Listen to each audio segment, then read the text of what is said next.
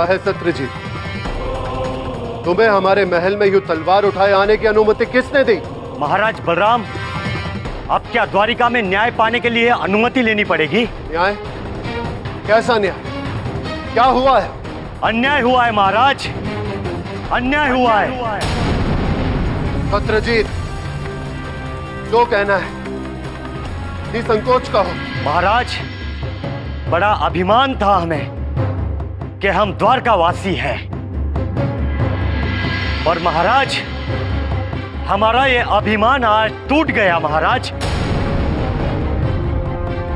हे महाप्रतापी बलराम, आज आपके प्रताप पर कलंक लग गया है।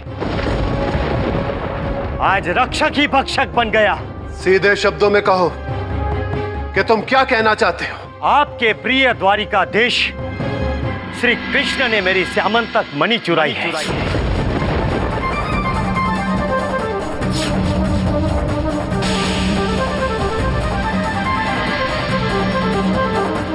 और केवल मन ही नहीं, अपितु इन्होंने लोभ में आकर मेरे निर्दोष बड़े भाई की हत्या भी की है।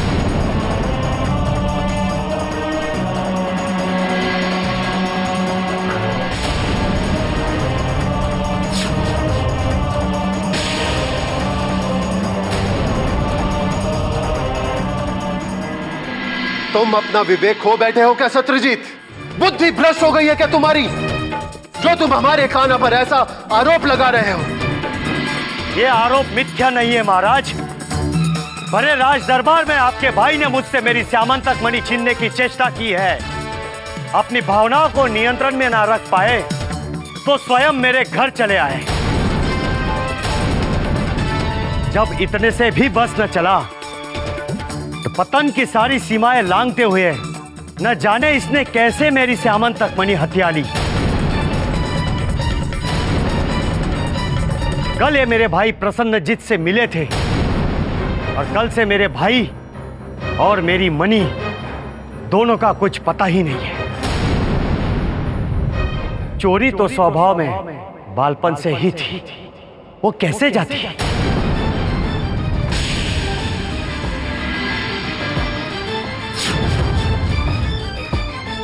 सत्रजीत, तुम्हारा भाग्य कि हम मंदिर में खड़े, अन्यथा मेरे काना पर आरोप लगाने से पहले तुम्हारा ये धड़ दो भागों में कटा तड़पता दिखता।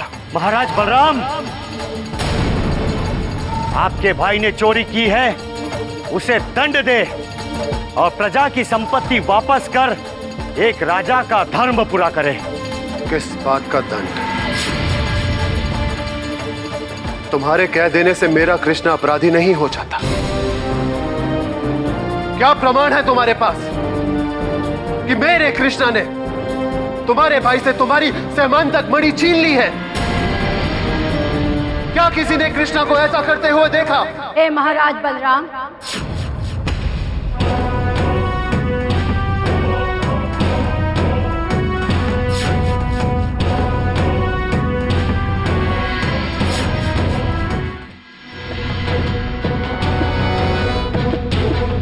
क्या प्रमाण था आपके पास जब आपने मेरे पति को चोर कहा था? तब क्यों नहीं कहा था आपने, लाओ किसी को सामने जिसने मेरे पति को चोरी करते हुए देखा हो? तब क्यों नहीं हुआ था ये वाद विवाद, ये तर्क वितर्क तब कहा था?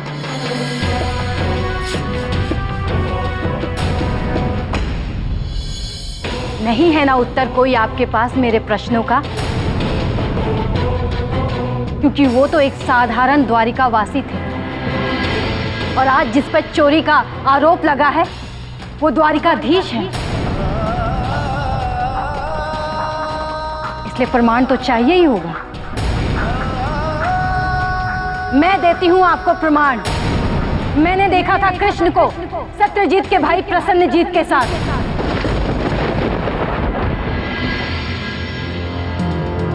ये प्रसन्नजीत से वही स्यामंतक मणि मांग रहे थे।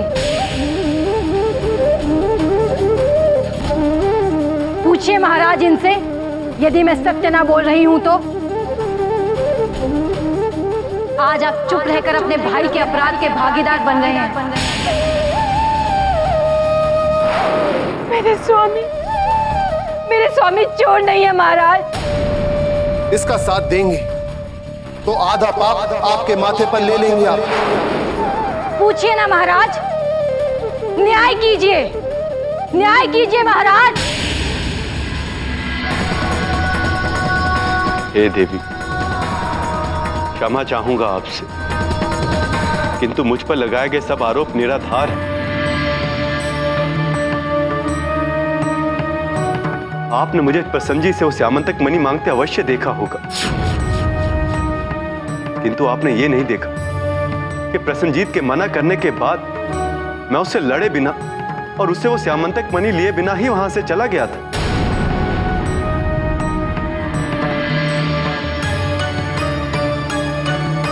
मैंने कोई चोरी नहीं की देवी। कहा तो मेरे पति ने भी यही था, लेकिन तब तो किसी ने उनकी बात नहीं मानी। तो अब आपकी बात क्यों मानी जाए? देखिए, आप मात्र प्रतिशोध की भावना से कान्हा पर आरोप लगाकर उसे दंड दिलाना चाहती हैं। ये उचित नहीं है। माना इनके अंदर प्रतिशोध है, पर मेरी तो ऐसी भावना नहीं, तो मेरी कृष्ण से क्या शत्रुता? मैं तो सत्य ही कहूंगा, ये चोर है। ये द्वारकाधीश चोर ही नहीं, कपटी भी है।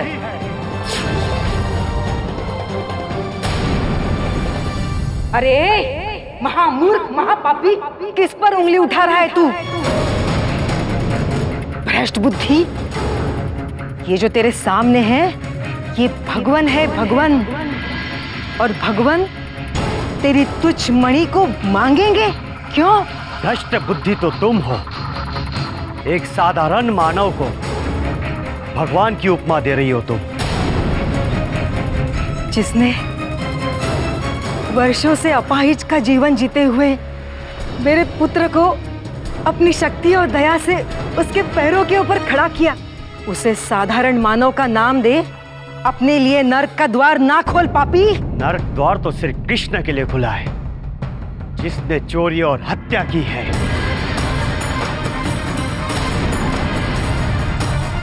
महाराज बलराम, आपके भाई ने आपको ही नहीं, एक राजा के आचरण के विरुद्ध कर्म कर समूचे राजतंत्र पर कलंक लगाया है। ये आकर मेरे पैरों में गिरकर मुझसे मेरी श्यामंतक मणि की भीख मांगता ना, तो कदाचित दया खाकर मैं इसे दे भी देता, पर चोरी धिक्कार है इस पर। शत्रुजीत, आरोप हम पर लगाया होता तो कदाचित हम उसे सह भी लेते, किंतु तूने हमारे ही परांगण में खड़े होकर हमारे प्राणों से भी प्रिय कान्हा पर आरोप लगाने का दुस्साहस किया है। मन तो ऐसा कर रहा है कि तेरे शरीर को चीरकर अलग अलग दिशाओं में फेंक दे।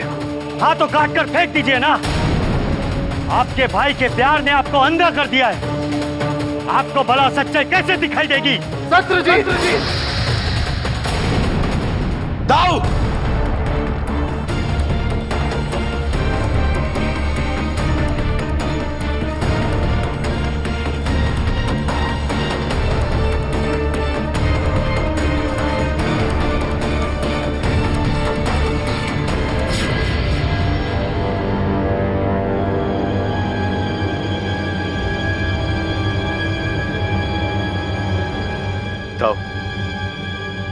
क्षमा कर दीजिए आप इसे, क्योंकि आज ये हमारे ही द्वार पर आकर खड़ा है।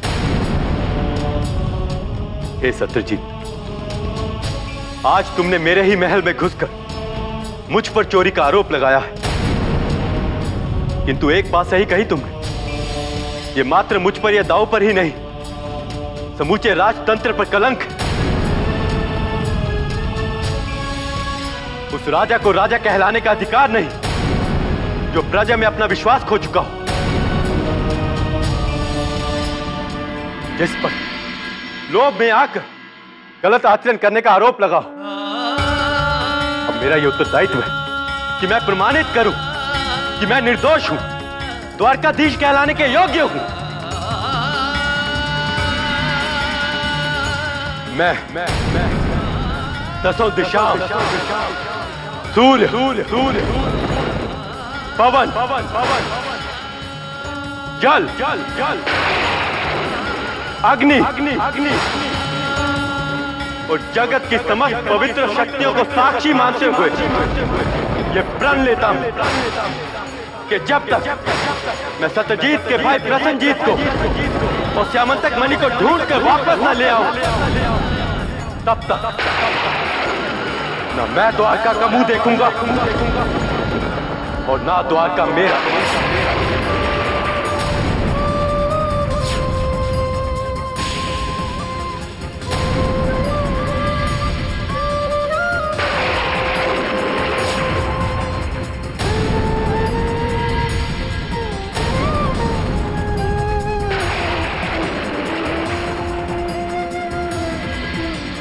कान्हा, हमारी बात सुनो। रुको कान्हा। कान्हा रुको। कान्हा। कान्हा। ठहरो कान्हा। आवेश में आकर तुम ऐसा प्रण कैसे ले सकते हो कान्हा? बलदाऊ, ये प्रण मात्र एक आवेश नहीं, मेरी आप और संपूर्ण द्वारका की प्रतिष्ठा दांव पर लगी। कोई भी मुंह उठाकर तुम पर आरोप लगा देगा तो क्या संसार उस पर विश्वास कर लेगा कान्हा? हमारी द्वारका यदि किसी एक नागरिक को भी हमारे आचरण पर संदेह है, तो संदेह को दूर करना हमारा कर्तव्य है। ये द्वारका वासियों का विश्वास खोकर चुप कैसे बैठ जाए? बलदाऊ, मैं इस युग और आने वाले सभी युगों के लिए उदाहरण रखना चाहता हूं कि राज करने वाले का आचरण कैसा, उस राजा को तब तक राज करने का अधिकार नहीं जब तक वो अपने आप को निर्दोष प्रमाणित न कर दे।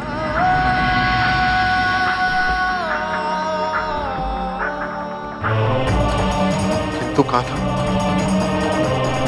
यदि तुम उस मणि को ढूंढकर ना ला सके तो इसका अर्थ समझते हो? जीवन भर के लिए हम सबसे दूर तो जाओगे ही, साथ ही अपने माथे पर लगे इस कलंक को भी ना मिटा पाओगे। हार के डर से क्या प्रयत्न करना छोड़ दिया जाए? नहीं तो यदि मैं कर्म ना करूं तो मैं दूसरों को कर्म का महत्व कैसे समझाऊंगा?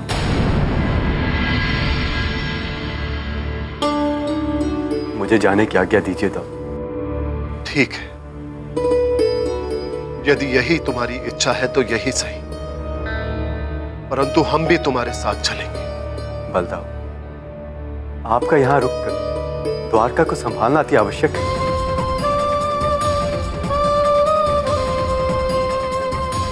ये मेरा धर्म युद्ध है दाऊ। आप अपने अनुज पर विश्वास रखें और मुझे अकेले लड़ने और विजयी होने का आशीर्वाद दें।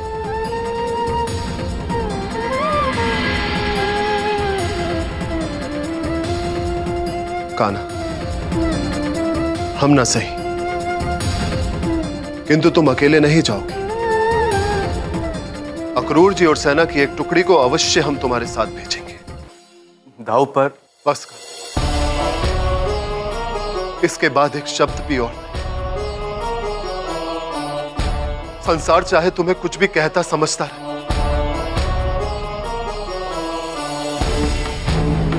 किंतु हमारे लिए तो तुम आज भी उसी बाल गोपाल की तरह, जो लोगों से झगड़कर हमारे पीछे आकर छुप जाया करता था। तुम अकेले नहीं जाओगे खान। जैसी आपकी आज्ञा बलदाऊ।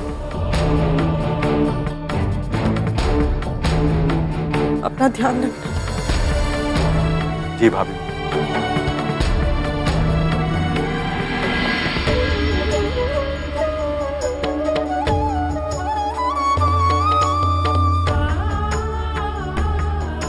आप चिंता मत कीजिए रुक्मणी, मैं शीघ्र लौटूंगा।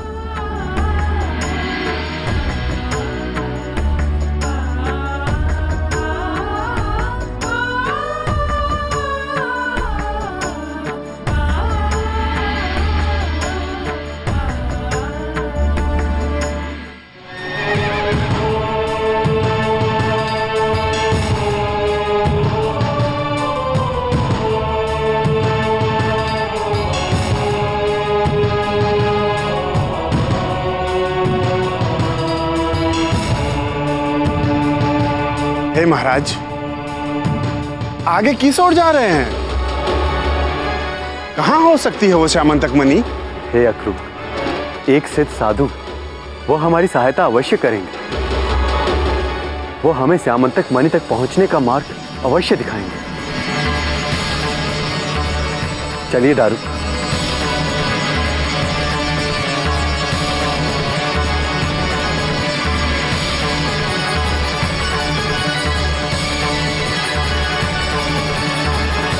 मुनिवर, प्रभु, प्रभु बचाओ, प्रभु, प्रभु, प्रभु, प्रभु बचाओ, प्रभु, बचाओ, प्रभु, बचाओ, प्रभु बचाओ, प्रभु सहायता करो, प्रभु, प्रभु सहायता करो।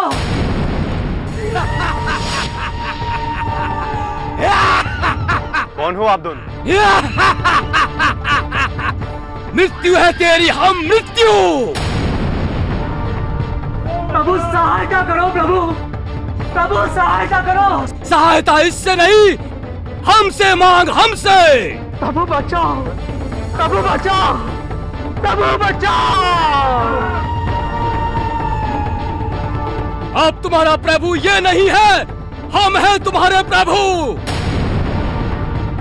हम हैं इस वन के प्रभु। क्या इतना ही बल है तुम लोगों में कि इन साधु संतों को कष्ट दे सको? बल देखना है तुझे हमारा, तो ले देख बल।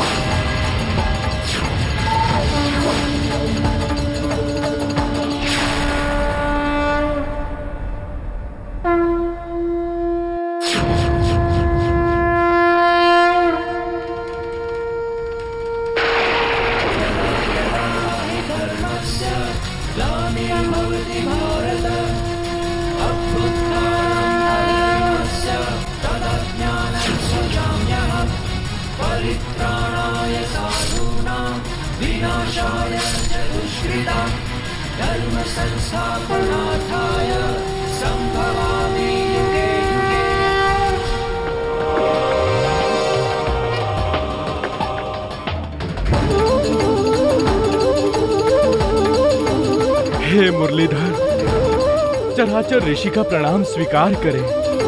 प्रणाम मुनिवर। हे कृष्णा, बहुत कष्ट दिए हैं इन दैत्यों ने, किंतु हमें विश्वास था जब तक आप जैसे राजा इस धरती पर हैं, असुरी शक्तियों का अत्याचार ज्यादा दिन ना चल पाएगा। कहाँ जा रहे हैं द्वारकाधीश? मुनिवर, यही पूछने तो आपके पास आए हैं हम कि किस ओर जाएं। द्वारका में एक नागरिक की श्यामंतक मणि चोरी हो गई और उसने उस चोरी का आरोप मुझ पर लगाया है। मैं किसी भी तरह श्यामंतक मणि को ढूंढकर अपने ऊपर लगाए इस कलंक को मिटाना चाहता हूं। कृपा करके राह दिखाएं मुनिवर, किस ओर होगी वो मणि?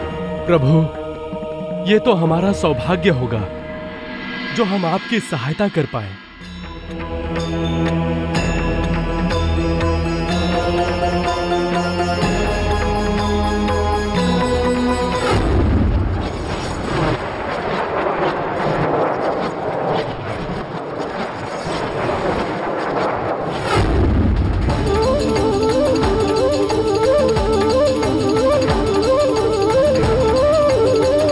द्वारका की उत्तरी दिशा में विशाल गुफाओं की भूमि पर आपको आपकी श्यामंतक मणि मिलेगी द्वारकाधीश।